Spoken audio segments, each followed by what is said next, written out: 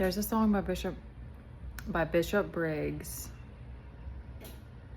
called Lion, and there's a verse that her already getting chills. Her music gives me chills. It says, I just looked it up. It's like, in the silence we drown, sometimes violence, she makes no sound. Getting chills all over my body.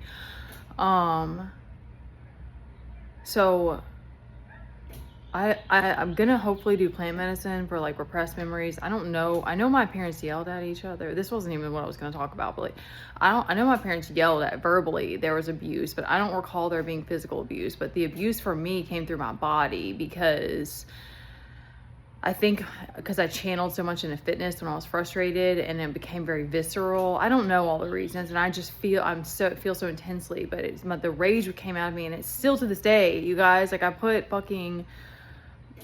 I like throw things sometimes, and I don't think it's even bad necessarily, because it's like, if you can do it and it's conscious and then you come back to your breath, like, it needs to get out of the body. But it also is like,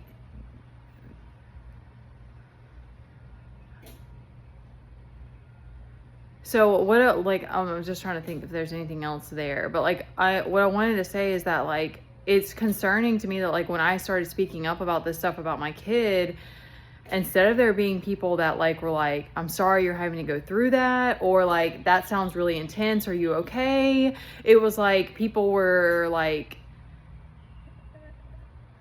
normalizing it, and it's not normal for my kid to throw punches at me or at his therapist, or like, it's the only way he knows how to cope. But I recognize now that part of the reason that he's still doing that is because he's been in safe circumstances where it's been allowed. I've allowed him to cross. I mean, in general, there's going to probably be boundaries crossed. You're trying to figure it out. And like, I want my kid, that's more important to me, that he feels safe with me.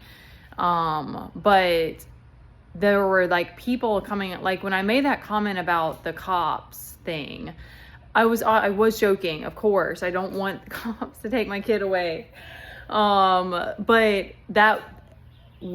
instead of it being like people were understanding that I'm overwhelmed or that I'm tired of having to deal with this, I mean, I'm more or less dealing with like a domestic violence kind of situation, except that there are other circumstances in that my kid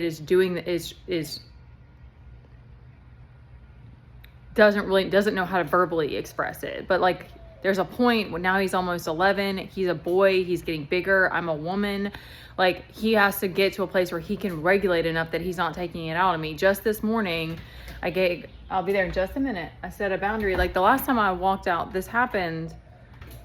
Now he knows how to do that. Like, I walked out of the house, and that's when he called the cops, because he figured out how to do it on my phone, the emergency number. And now we're not using phones anymore. I'm gonna have to go check on him, but like, that's, like, I need to be able to live with peace and not feeling like every time I turn my back, there's something going on, or that like I can't ever get a break.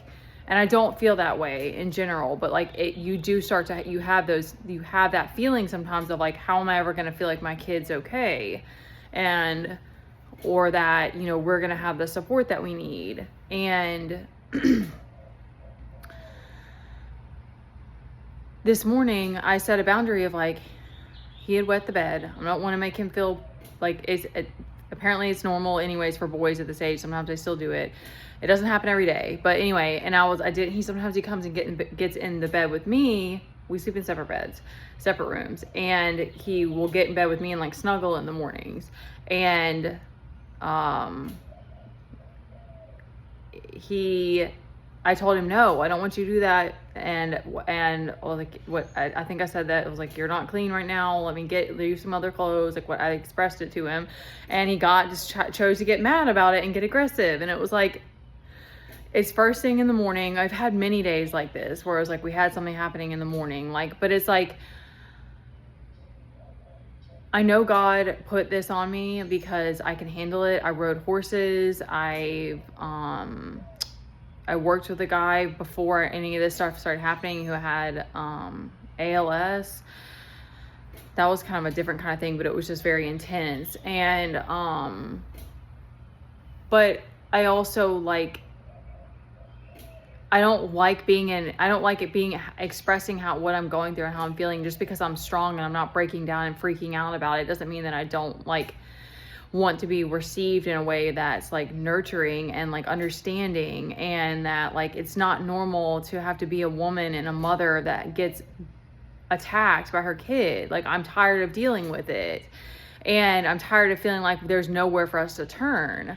I don't really feel that way, because now with having his OT managing, being able to help me as much as she has been amazing, and them being like not shying away from it. Because he had an OT before who couldn't handle it. He had a moment of aggression with her and she couldn't deal with it.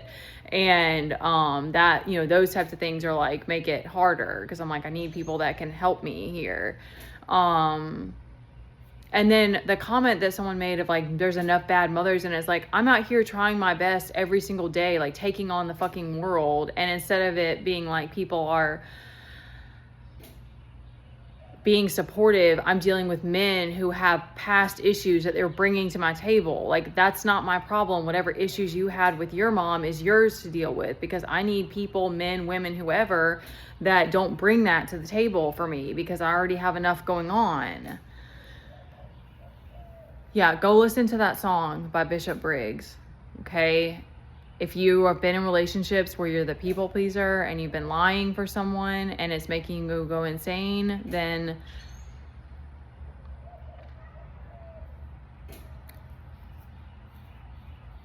I'm not going to be quiet about this anymore. I'm kind of living, like, especially because of the fact that I'm one person with my kid and there's no other masculine figure or like other like person that I have to go to help us. Like, I need to be able to continue to use social media to speak about the things that I'm going through, and to create a supportive environment for me and my kid, because I don't know how much longer. I know that we'll figure it out, but like, as one person, I don't know actually how much I could keep taking on as my kid grows if he chooses to continue to be aggressive. And I don't think it's right or normal in any way that men are like acting the way that they are about it to me. Like, that's sick. That's twisted. All right. Thank you for listening.